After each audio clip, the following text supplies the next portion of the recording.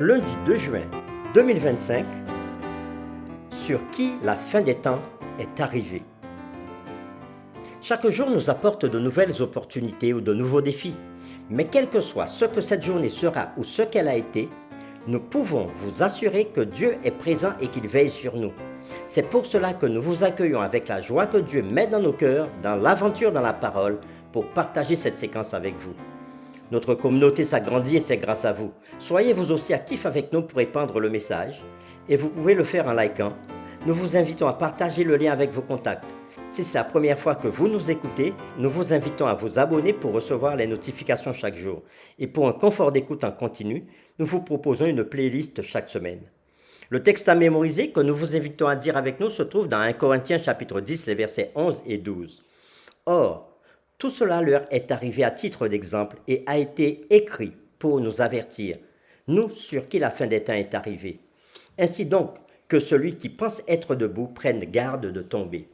Nous vous invitons à le redire avec nous. 1 Corinthiens chapitre 10, les versets 11 et 12. Or, tout cela leur est arrivé à titre d'exemple et a été écrit pour nous avertir, nous sur qui la fin des temps est arrivée. Ainsi donc, que celui qui pense être debout prenne garde de tomber. Que nous apprennent les prophéties sur les événements des derniers jours? En quoi certains récits de l'Ancien Testament nous éclairent-ils sur la fin des temps? Pourquoi un jugement investigatif est important pour déterminer qui sera sauvé ou qui sera perdu? Les réflexions de cette semaine nous aident à répondre à ces questions et aujourd'hui nous le ferons avec la séquence « L'évangélisation de Noé ». Pierre nous rappelle que beaucoup seront pris au dépourvu par le retour de Christ car ils oublient volontairement ce qui est arrivé au moment du déluge. Aujourd'hui, le monde a une mémoire collective du grand déluge et on peut retrouver cette histoire chez les Grecs anciens comme chez les Mayas. Mais malgré cela, l'histoire de Noé est l'un des récits bibliques les plus ridiculisés. Comme prévu, le monde met de côté cette histoire comme un mythe. Peu importe à quel point elle est clairement et explicitement décrite dans l'Ancien Testament et référencée plusieurs fois dans le Nouveau Testament. Nous vous invitons à lire Matthieu chapitre 24, versets 37 à 39, où Jésus a dit ce que ressemblerait le jour de Noé. Et nous allons comparer ce récit de Jésus à Genèse chapitre 6, les versets 1 à 8. Et nous répondrons à cette question. Quelles étaient les conditions morales qui ont conduit au déluge? Quel parallèle existe entre ces deux époques? Nous lisons premièrement Matthieu chapitre 24, versets 37 à 39. Ce qui arriva du temps de Noé arrivera de même à l'avènement du Fils de l'homme. Car dans les jours qui précédèrent le déluge, les hommes mangeaient et buvaient, se mariaient et mariaient leurs enfants, jusqu'au jour où Noé entra dans l'arche. Et ils ne se doutèrent de rien, jusqu'à ce que le déluge vint et les emporta tous. Il en sera de même à l'avènement du Fils de l'homme. Nous lisons maintenant Genèse chapitre 6, les versets 1 à 8. Lorsque les hommes eurent commencé à se multiplier sur la surface de la terre et que les filles leur furent nées, les fils de Dieu virent que les filles des hommes étaient belles, et ils en prirent pour femmes parmi toutes celles qu'ils choisirent. Alors l'Éternel dit, « Mon esprit ne restera pas à toujours dans l'homme, car l'homme n'est que chair, et ses jours seront de 120 ans. » Les géants étaient sur la terre en ces temps-là, après que les fils de Dieu furent venus vers les filles des hommes, et qu'elles leur eurent donné des enfants. Ce sont des héros qui furent fameux dans l'Antiquité. L'Éternel vit que la méchanceté des hommes était grande sur la terre et que toutes les pensées de leur cœur se portaient chaque jour uniquement vers le mal.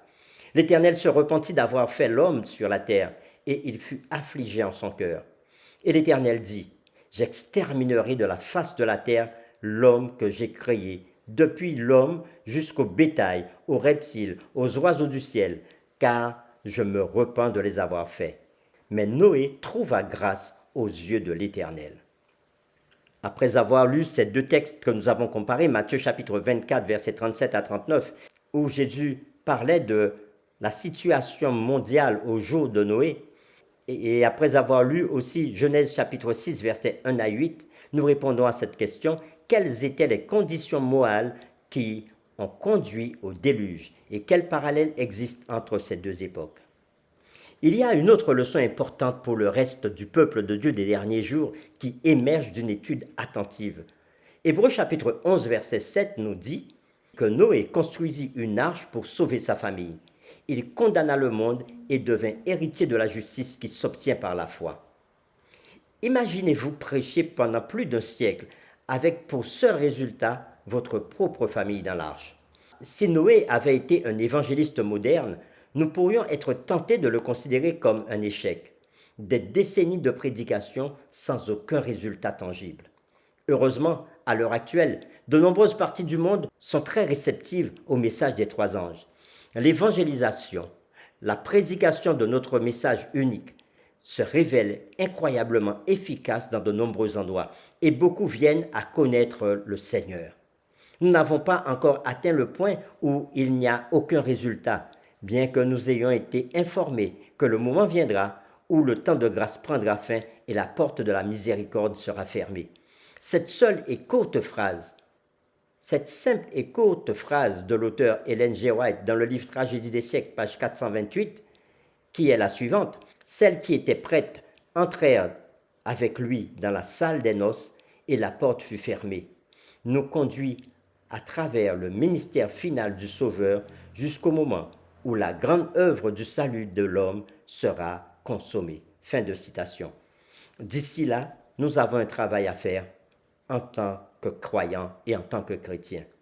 Pour terminer, réfléchissons à cette question.